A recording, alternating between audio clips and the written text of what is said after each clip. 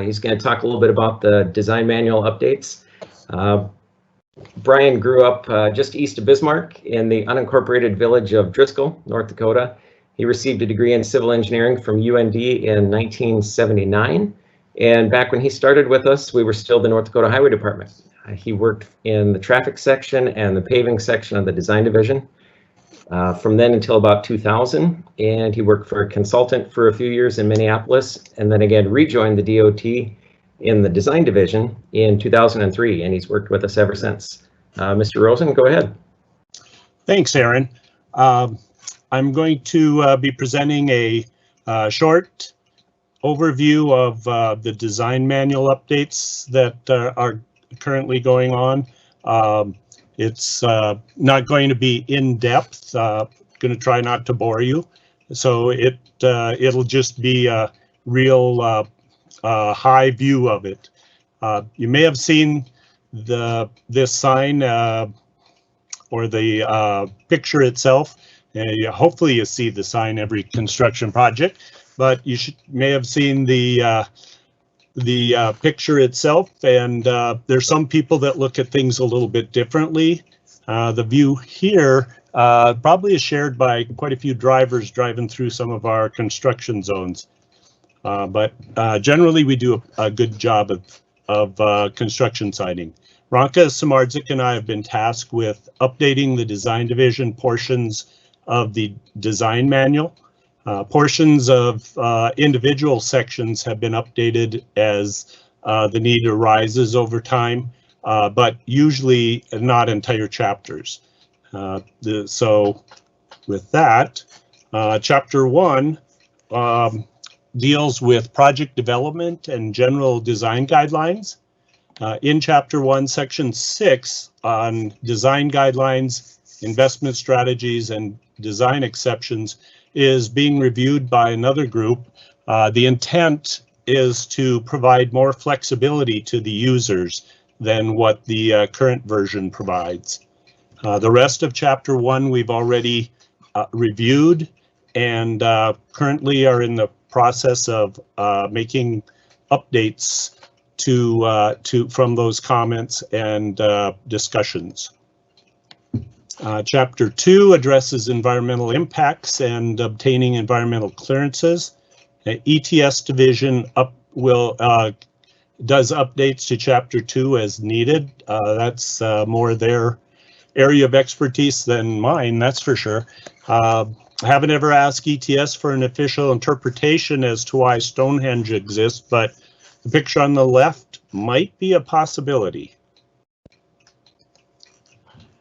Chapter 3 deals with roadway design, and we will be reviewing chapter 3 next.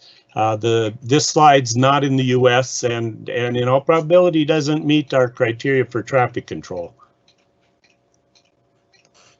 To start with, in chapter 3, we're going to be adding section 19, which deals with landscaping within the right-of-way at legally permitted billboards.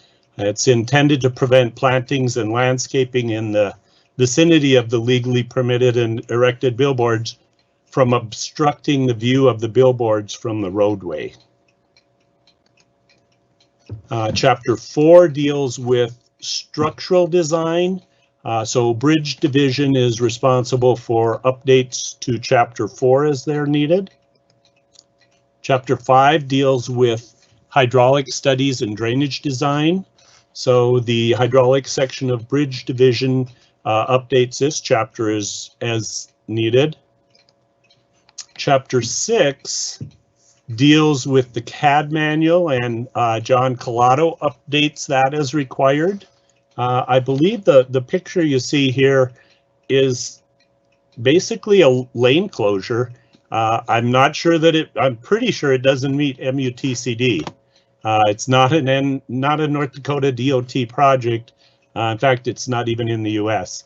It's probably pretty effective from keeping vehicles out of that closed lane during the day, but I'm not sure about at night, and I don't think it's just a daytime closure. Chapter 7 deals with geotechnical studies and design and is updated by materials and research as changes are needed. We have several checklists in the design manual. The final office plan review checklist is being updated. It's an effort to try to reduce some of those headaches that those cause us. Some of the statements and questions were kind of vague as to what kind of answer was being sought. So the statements and questions are being reworded, and pull downs are provided in most of the blanks for with an answer of yes, no, or not applicable. So we get some consistency in the responses and eliminate the wide ranges of or wide range of answers that were currently being provided. And we're also providing fields for explanations when required, and we're making those expandable horizontally so that you can provide additional lines of text as you need so that you can put in clear and complete information. Other design checklists are will be reviewed and possibly reworked to simplify those as well. We're working on creating a spreadsheet to aid designers in providing information to individuals responsible for right-of-way certification, railroad certification, and utility certification. And it's going to ask specific questions and provide pull downs for answers as well. This picture, those are supposed to be speed bumps.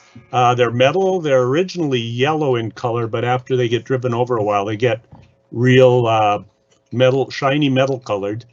And they're spherical in shape. And naturally, they're not used in areas that get snow. And this location isn't in the US either.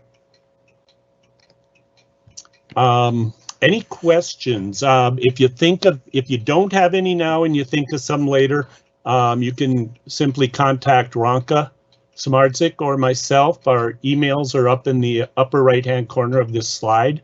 Or you can give us a call, and we'll see if we can answer any questions that might come up. Sure. Brian, one question we have is when would we expect some of these updates to roll out, like stuff we're seeing in Chapter 3? Chapter 3, in Chapter 3, we haven't reviewed it yet, so that one's going to take a little bit longer. Chapter 1, we other than Section 6, we could be getting those revisions made and getting that out in a few weeks. I'm not sure if we're going to wait for Section 6 to get complete before we do that or not.